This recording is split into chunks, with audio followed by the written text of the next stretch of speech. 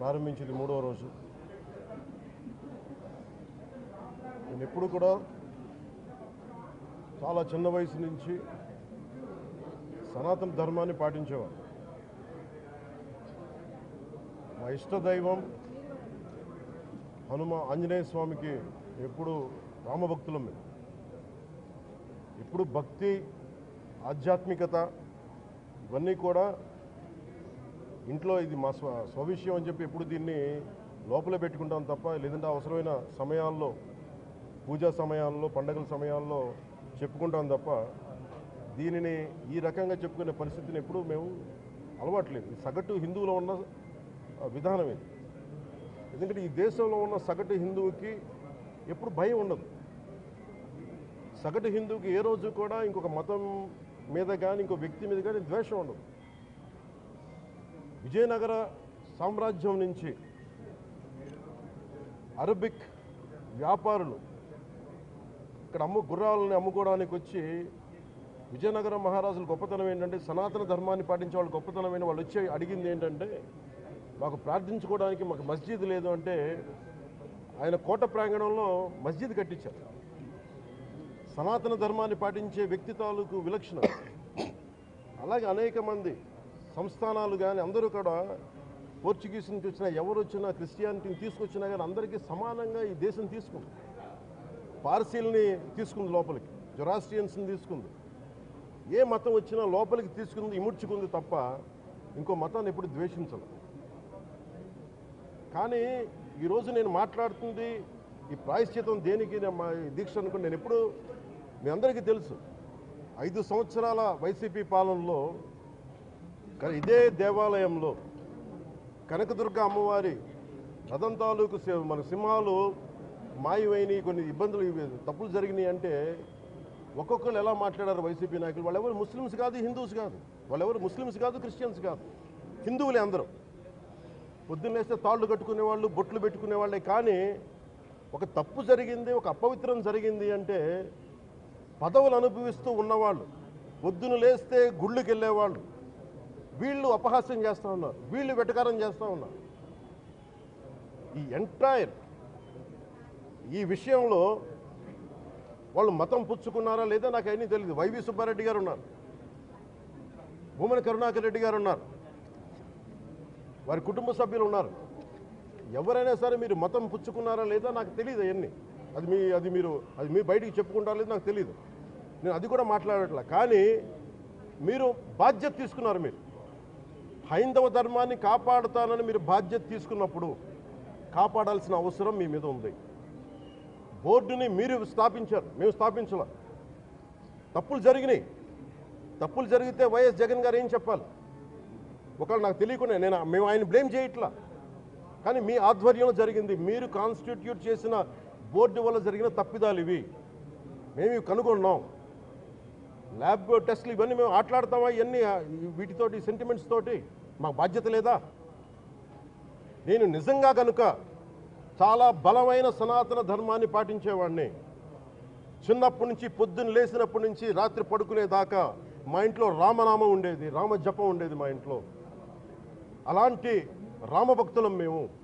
కానీ రామతీర్థం విగ్రహాన్ని, రాముడి విగ్రహాన్ని శిరచ్ఛేదం జరిగినప్పుడు ఒక సగటు సనాతనవాదిగా, సగటు హిందువుగా, సగటు రామభక్తుడిగా బయటకు వచ్చి చాలా గొడవలు చేయగల సత్తా ఉన్నవాడిని గుర్తుపెట్టుకోండి. ముఖ్యంగా వైసీపీ నాయకులకి, నన్ను విమర్శించే దేశ యావత్తు నన్ను విమర్శించే ప్రతి ఒక్కరికి తెలియజేస్తున్నా, గొడవ పెట్టుకోవాలంటే చాలా బలంగా గొడవ పెట్టుకోవాలి. కానీ నాది పేదవాళ్ళ కష్టాలు, క్రిమినలైజేషన్ ఆఫ్ పాలిటిక్స్, వీటి మీద మేము మాట్లాడతాం, వీటి మీద తప్పించాం. ప్రజలు బాగుండాలి, కాన్స్టిట్యూషన్ వాల్యూస్ని అప్హోల్డ్ చేయాలి, రాజ్యాంగం బాగుండాలి, వీటి కోసం తపన పడేవాళ్ళు.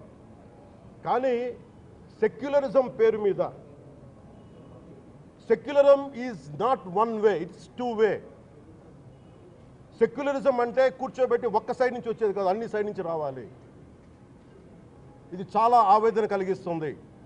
కొన్ని దశాబ్దాలుగా చూస్తున్నారు ప్రతి హిందువు. దీంట్లో మిగతా మతాల ప్రస్తావన కంటే కూడా నేను ఎక్కువ ప్రస్తావన చేస్తుంది హిందూ ధర్మాన్ని పాటించి, వాళ్ళు వ్యక్తిగతంగా పాటించి బయటకు వచ్చేటప్పటికి మీడియా వారి కోసమో లేదంటే ఇంకొంత ఎవరైనా సాటిస్ఫై చేయడం కోసం తెలియదు, కానీ సాటి హిందువులు తోటి హిందువులను తిడతా ఉన్నారు. ఇది చాలా ఆక్షేపణీయం. దీంట్లో నేను ముస్లిమ్స్ నిందించట్లా, అని క్రిస్టియానిటీ నిందించట్లా, కానీ బాధ్యత తీసుకున్న హిందువుల్ని నేను నిందిస్తున్నాం. బాధ్యత మీది. మీరు యథాలాపంగా వచ్చి ఇది పొలిటికల్ పదవులు, విగ్రహాలు పోతే మేము ఇల్లు కట్టుకుంటాం, వాకిళ్ళు కట్టుకుంటాం, ఏం మాటలవి? ఇదే మీరు మస్జిద్లో జరిగితే మాట్లాడతారా?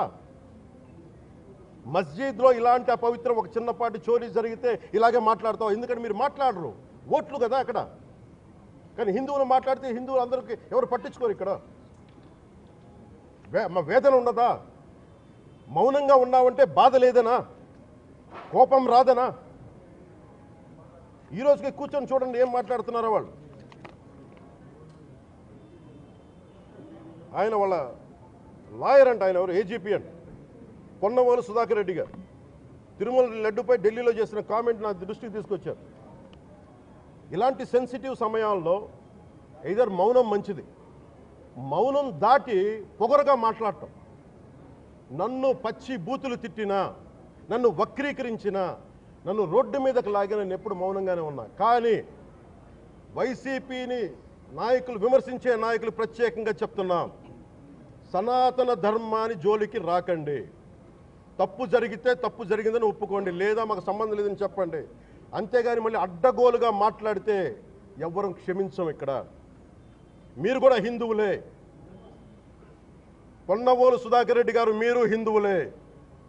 నోటికొచ్చినట్టు మాట్లాడకండి. తమాషాలుగా ఉందా మీకు? సరదాలుగా ఉన్నాయా? మొన్న ప్రకాష్ రాజ్ గారు మాట్లాడారు నా మీద. అరే నేను మాట్లాడుతుంది ఒక హిందువులు అపవిత్రం గురించి మాట్లాడుతున్నాను. ఇందులో ప్రకాష్ రాజ్ గారికి సంబంధం ఏంటి? ఇందులో నేను ఇంకొక మతాన్ని నిందించానా? ఇస్లాంని నిందించానా? క్రిస్టియానిటీని నిందించానా? అపవిత్రం జరిగింది, ఇలా జరగకూడదు, ఫుడ్ అడల్టరేషన్ జరిగిందని మాట్లాడుతుంటే దీన్ని గోల చేయకూడదు అంటే తప్పు జరిగినప్పుడు మాట్లాడకూడదా? ఒక అపవిత్రం జరిగితే మాట్లాడకూడదా? దేవతా విగ్రహాలను శిరచ్ఛేదం చేస్తే మాట్లాడకూడదా? ఏం పిచ్చి పట్టింది ఒక్కొక్కళ్ళకి? ఎవరి కోసం మాట్లాడుతున్నారు మీరు? ప్రకాష్ రాజ్ కూడా చెప్తా ఉన్నాను, నాకు మీరంటే గౌరవం, I have extreme respect for you. కానీ when it comes to secularism, Prakash Raj garu, it is a two-way, not one-way. I have extreme respect for you. You know that. Your secularism is always two-way, it is not one-way. హిందువుల మీద దాడి జరిగినప్పుడల్లా వచ్చి మాట్లాడటం తప్ప, అన్య మతాల మీద జరిగితే నేను కూర్చొని ఇంతమంది కౌలు రైతులకు ఇచ్చాను, ఎంతమంది ముస్లిం ఇస్లాం రైతాంగానికి ఇచ్చాను నేను. ఇదే ఎన్ని మద్రాసాలకి డబ్బులు ఇచ్చాను నేను, 25 లక్షలు 30 లక్షలు ఇచ్చాను, ఇచ్చినవాడిని నేను. నాకు అన్యమతం ఇస్లాం మీద గౌరవం ఉన్నవాడిని, క్రిస్టియానిటీ మీద గౌరవం ఉన్నవాడిని, చిన్నప్పటి నుంచి కూర్చొని మిషనరీ స్కూల్లో చదువుకున్నవాడిని. నా టీచర్ చెప్పే సూక్తి, తను తగ్గించుకున్నవాడు హెచ్చింపబడినని చెప్పి బైబుల్ సూక్తిని ప్రతిసారి కోట్ చేస్తూనే ఉంటాను. ఇది నా గౌరవం, ఇది నేను చూపించే గౌరవం. మీరు మాట్లాడితే కూర్చొని నేను పాటించే ధర్మానికి అపవిత్రం జరిగినప్పుడు నేను మాట్లాడకూడదు, మౌనంగా ఉండాలి. సెక్యులరిజంకి విఘాతం అంటే ఏంటి? సెక్యులరిజంకి విఘాతం? నా ఇంటి మీద దాడి జరిగినప్పుడు నేను మాట్లాడకూడదా? నా ఇల్లు 10 మందికి ఆశ్రయం ఇస్తుంది. నా సనాతన ధర్మం అన్ని ధర్మాలకి ఆశ్రయం అయితే దానికి దాడి జరిగినప్పుడు, దాని మీద అపవిత్రం జరిగినప్పుడు దానికి కూడా మాట్లాడకూడదంటే ఏం మాట్లాడాలి మీతోటి? Prakash Raj garu, you have to learn your lessons. I respect you.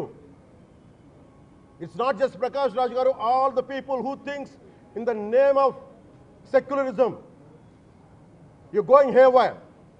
Let me tell you guys, we are extremely hurt. Don't make a mockery out of our sentiments. We are deeply, deeply hurt. It's not fun for you, maybe it might be fun for you. It is not fun for us. It's a deep anguish, deep pain. Don't you ever forget. Before you come and think 100 times and talk about Sanatana Dharma. Enough of this. చాలు. ఇష్టానికి మాట్లాడుతూ ఉన్నారు సనాతన ధర్మం మీద. అయ్యప్ప స్వామి మీద మాట్లాడతారు, సరస్వతి దేవి మీద మాట్లాడతారు. అల్లా మీద మీరు మాట్లాడగలరా? మహమ్మద్ ప్రవక్త మీద మీరు మాట్లాడగలరా? జీసస్ మీద మీరు మాట్లాడగలరా? అందరూ కూర్చొని సనాతన ధర్మం మీద, వినాయకుడి మీద జోకులు వేస్తారు, దుర్గాదేవి మీద జోక్స్ వేస్తారు, సరస్వతి దేవి మీద జోక్స్ వేస్తారు. మా మనోభావాలు గాయపడవా? మాకు బాధ ఉండదా? అందుకే నేను ప్రతిపాదించింది ఏంటంటే, ప్రతి దానికి రావలేకపోతున్నాం. సనాతన ధర్మ రక్షణ board is order of the day. ప్రతిసారి కూర్చోబెట్టి మేము డిఫెండ్ చేసుకోలేం.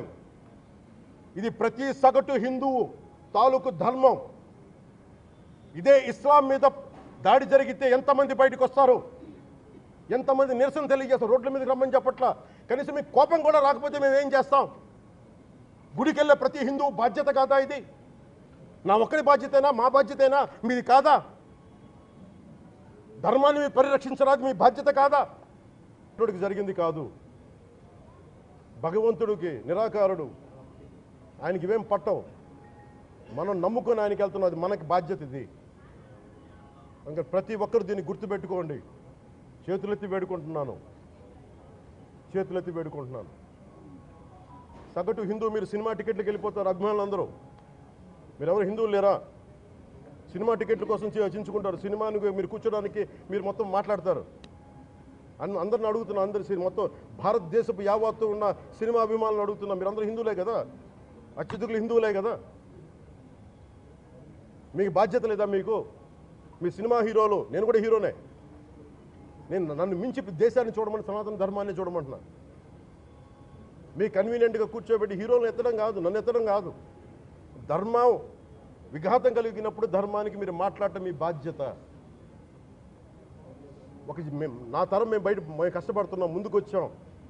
ఎవరి కోసం పడుతున్నాం ఈ కష్టాలు? మాకు సరదా కాదు. ప్రతి ఒక్కరి ఇష్టానికి వచ్చి మాట్లాడుతూ ఉంటే బాధ కలుగుద్ది. అయ్యప్ప స్వామి దీక్ష చేసే వాళ్ళ మీద ఎంత ఇష్టారాజ్యంగా మాట్లాడతారు.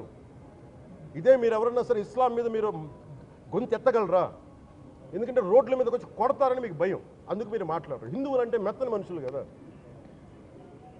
తోటి హిందువు కదా, మీరు ఏదైనా మాట్లాడచ్చు. మీకు నమ్మకాలు లేకపోతే మీరు ఇంట్లో కూర్చోండమ్మా. మీకు నమ్మకాలు లేకపోతే ఇంట్లోంచి బయటికి రాకండి, మమ్మల్ని ఏం అనకండి. మేము ఎలా పూజా విధానం ఎలా చేస్తాం, అలాగే ముఖ్యంగా ఫిల్మ్ ఇండస్ట్రీ కూడా నేను తెలియజేస్తా ఉన్నా. దీని మీద మీరు మాట్లాడితే మద్దతుగా మాట్లాడండి, లేదంటే మౌనంగా కూర్చోండి. అంతేగాని మీ మాధ్యమాల ద్వారా అపహాస్యం చేస్తే మటుకు ప్రజలు మిమ్మల్ని ఎవరు క్షమించరు. ఎందుకంటే చాలా డీప్ పెయిన్ ఇది. మీరు లడ్డు మీద జోకులు వేస్తున్నారు. నేను ఒక సినిమా ఫంక్షన్లో కూడా చూశాను. Laddu is a sensitive issue అని. Don't you ever say that. Don't you ever dare to say that, please. I respect you as actors, but when it comes to Sanatana Dharma, please, you have to think 100 times before you saying a word. One comment. Thank you.